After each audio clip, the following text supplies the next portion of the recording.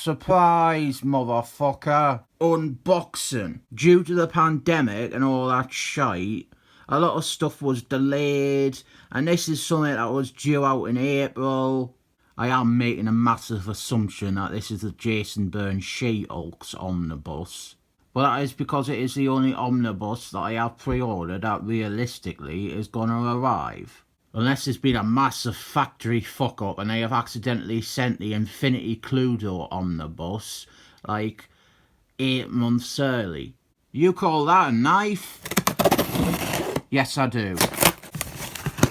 Didn't think I've accidentally hurt myself opening this box. I got that the other day. There's the back of it. I don't even know why they bother with this. It's not protecting anything. There we have it. That's the cover there. Hashtag make She-Hulk's Omnibus. Shut up. Look, it's got a black spine. Let's get it out of the plastic. There is all the issues. It collects on the back. Actually stopped doing this on a lot of them. This collects Marvel graphic novel 18, sensational She-Hulks 1 to 8 and 31 to 46, and then 48 to 50, and material for Marvel Comics Presents 18. Buy this omnibus or she will rip up all your Excellent Men hardcovers too. She'd be on for a while. I've got about 40 Excellent Men hardcovers. Why is she threatening us when I've already bought it? This is a cover. I think this is a pin-up he did in Marvel Funfair or something like that. If I'm being honest, I can think of other John Byrne She-Hulk pictures that would make a better cover. I maybe spoke too soon. It's not an entirely black spine. I hated when these had white spines because it didn't match any of the other omnibuses. Like, wouldn't this drive anyone mad? This one, not only does it not match the other omnibuses, it doesn't even match the other John Byrne omnibuses. Let's take off the dust jacket, see what's underneath. There's the art without a copy. And on the back there is the cover to issue number 1 without the speech bubble saying that she's gonna rip up all your Excellent Men comics. And then on the spine it is jet black. Why couldn't it be like that on the dust jacket? Black spines matter. That's a nice green, isn't it? Actually, I think I need to go and take a shit. Ah, the beauty of editing. Look, she's like bursting out of the page. This'll be a running theme. John Byrne discovered the existence of the fourth wall. There is our list of contents and a cover for our first comic, which is the graphic novel. As per norm, I have not read most of the stuff in this. I think this graphic novel came out quite a bit before the series. I think it was done near the tail end of John Byrne's run on Fantastic Force. That does seem to be the case because she is wearing her Fantastic Force uniform there. Also, John Byrne's short-lived Hulk run where he wore trunks again. Whoa, that is a green woman.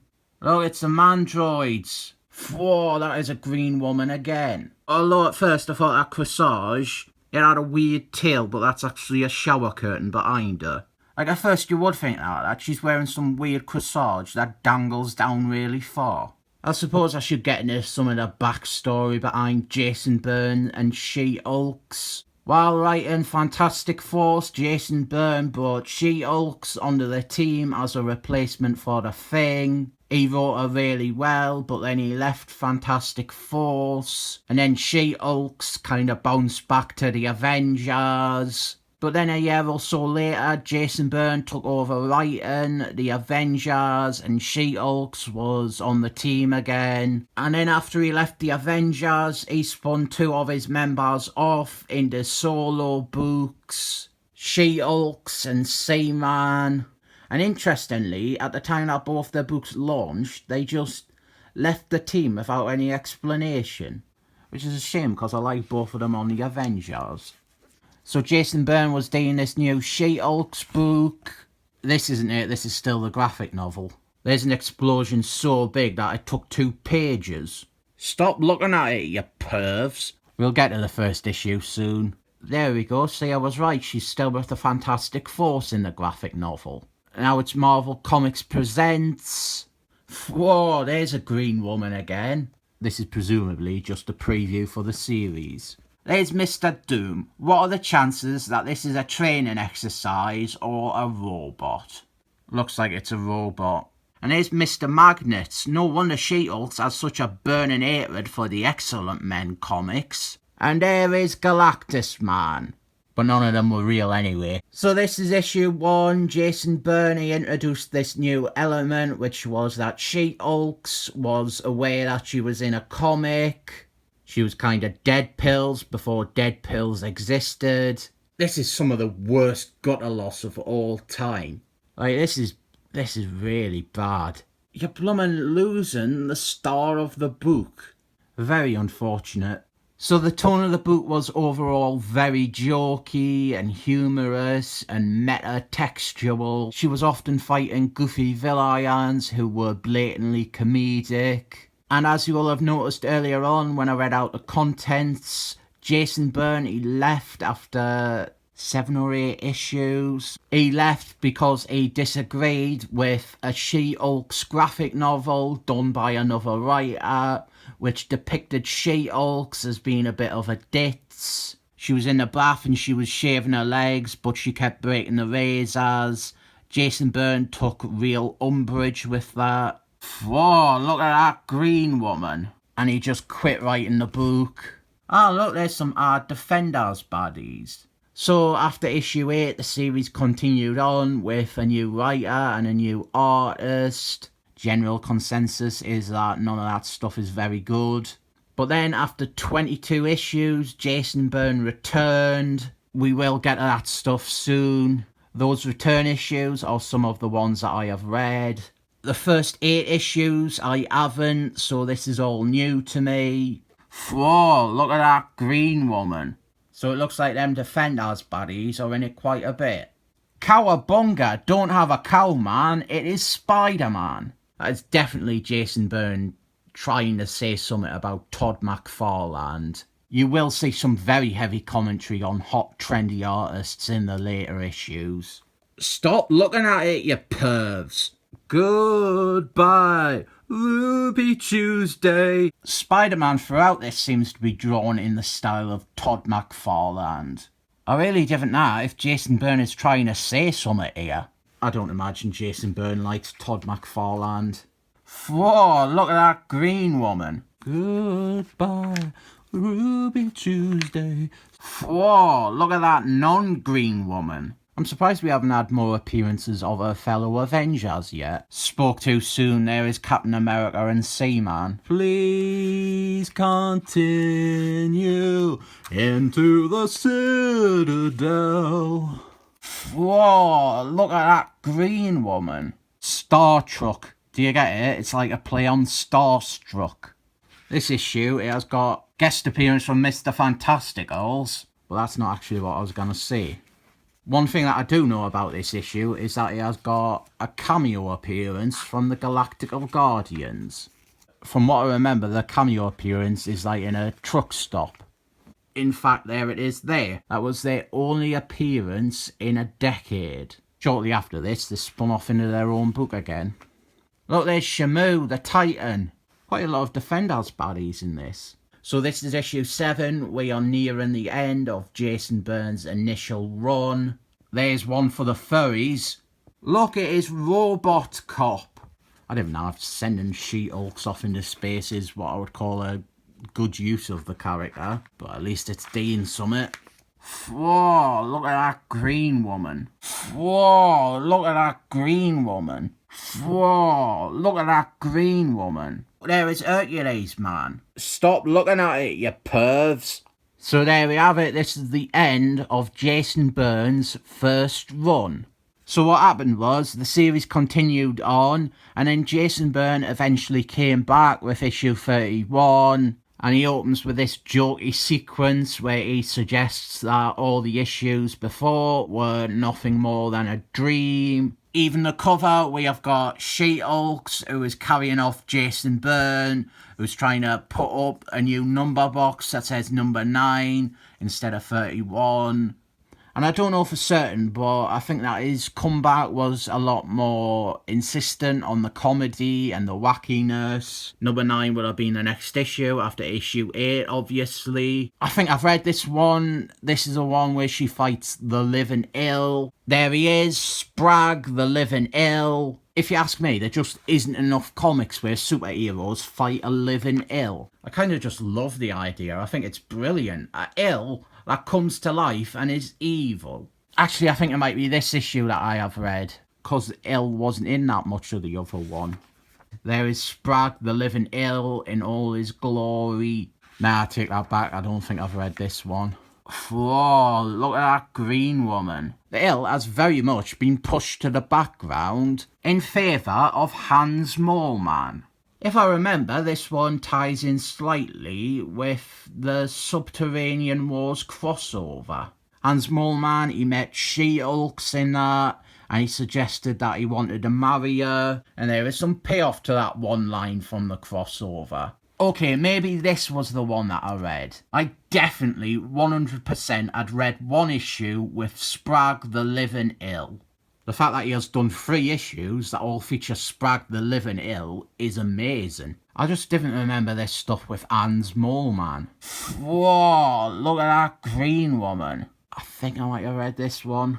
Whoa, look at that green woman. Stop looking, you pervs. A lot of these issues are just going to be me saying, oh, I think I've read this one. Yeah, I think I've read this one. Because right at the end, he brings a bunch of dead Excellent Men characters back from the dead. Jason Byrne admits that this was pretty much only done for sales reasons. All but one of these characters should not even be wearing Excellent Men uniforms. Fuck, I need to name them, don't I? One of these two is Morph from the X-Cells, and the other one is Black Diamond or Diamond Man from Cyclist's backstory.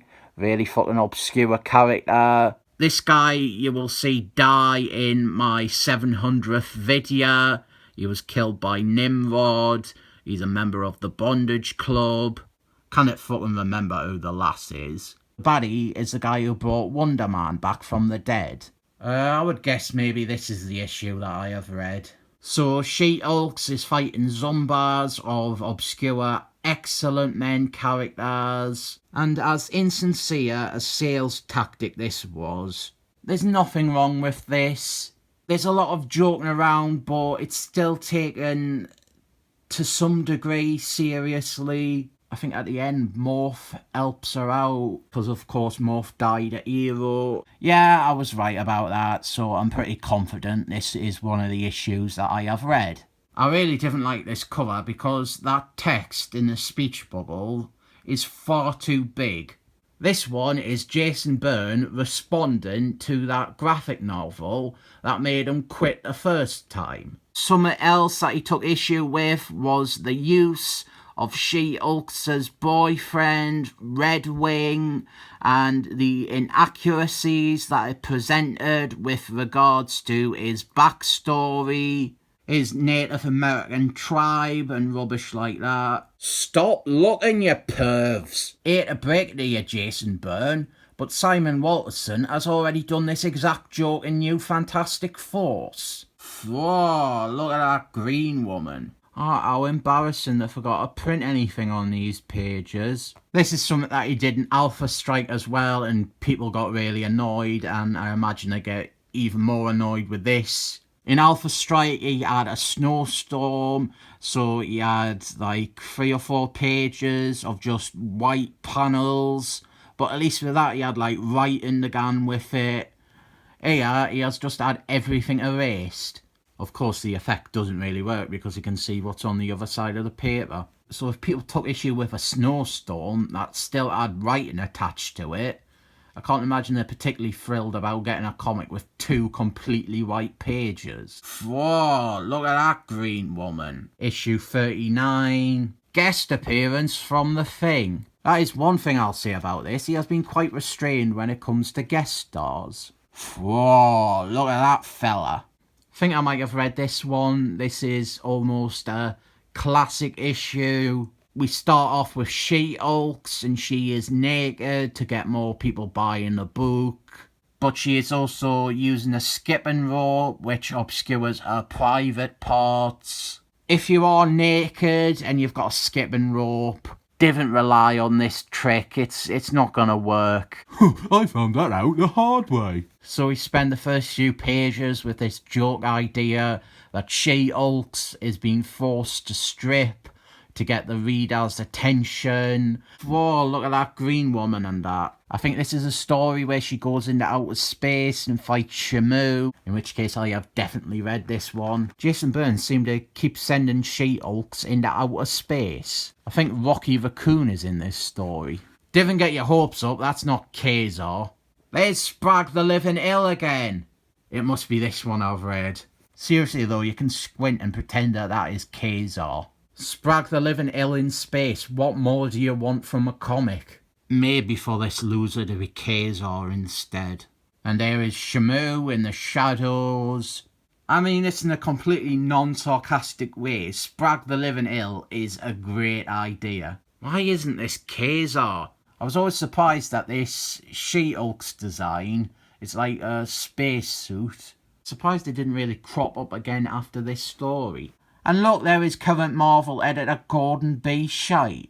There is Shamu, the Titan. Why are you not Kazar? He is a better character than you. And this is another issue that I definitely have already read. And there is something going on here with the start that I want to point out, but I might save because they might include it in the extras as a comparison. So we will come back to this maybe.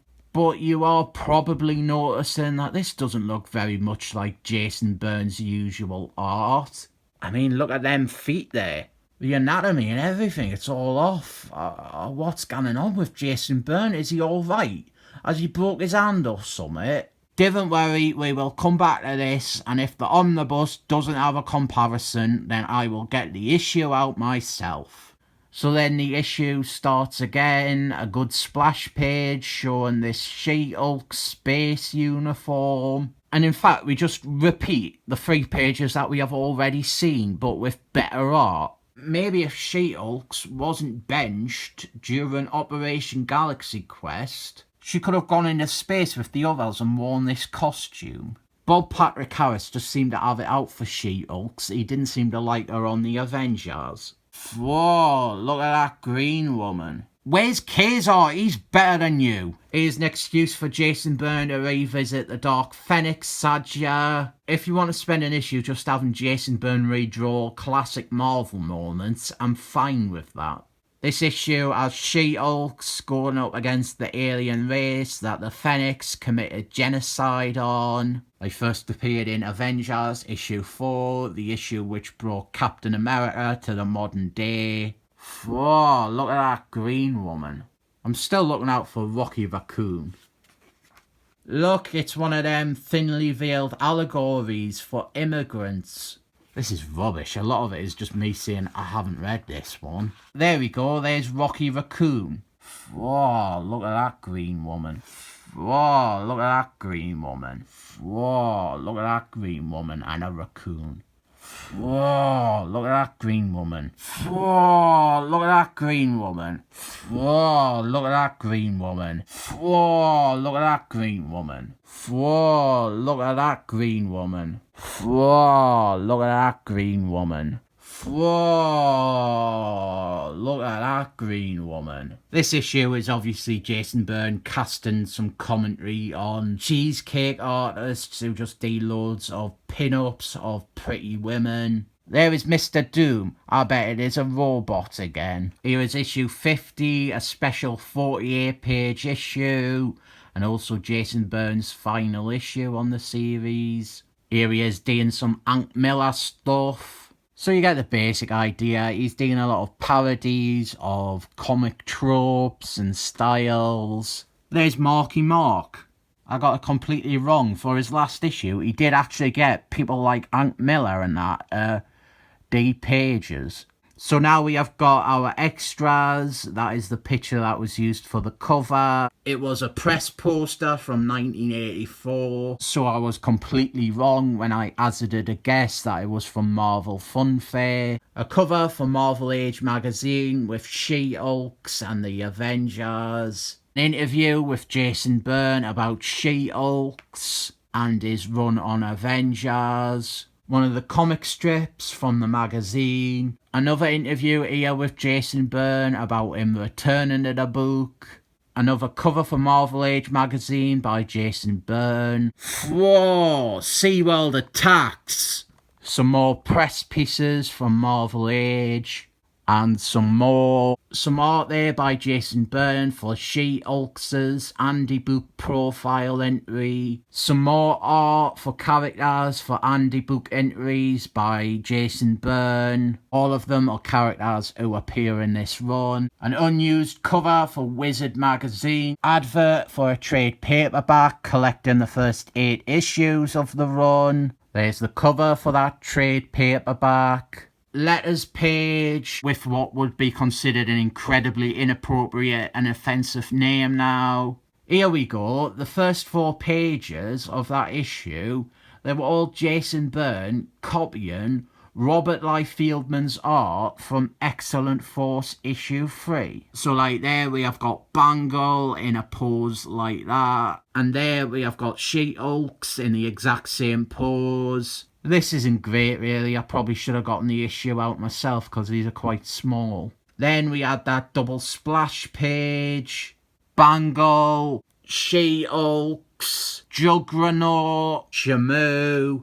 Even this little panel down here, he copied that. Then we have got the page with Juggernaut punching Bangle. Well, there is Shamu punching She-Hulks. And there is that remastered poster for the cover. One thing that really annoyed us about the cover, the issue number 1, which is the image they use here, they completely miscoloured her costume. But then when it comes to miscolouring She-Hulks, nothing annoys us quite as much as Affinity Gauntlets. Her arms are supposed to be green and her chest is meant to be white. So that is a quick look at this omnibus. I have offered very little insight. I'll probably get around to reading this in about 9 years' time. So I'll rate this 7 thumbs up.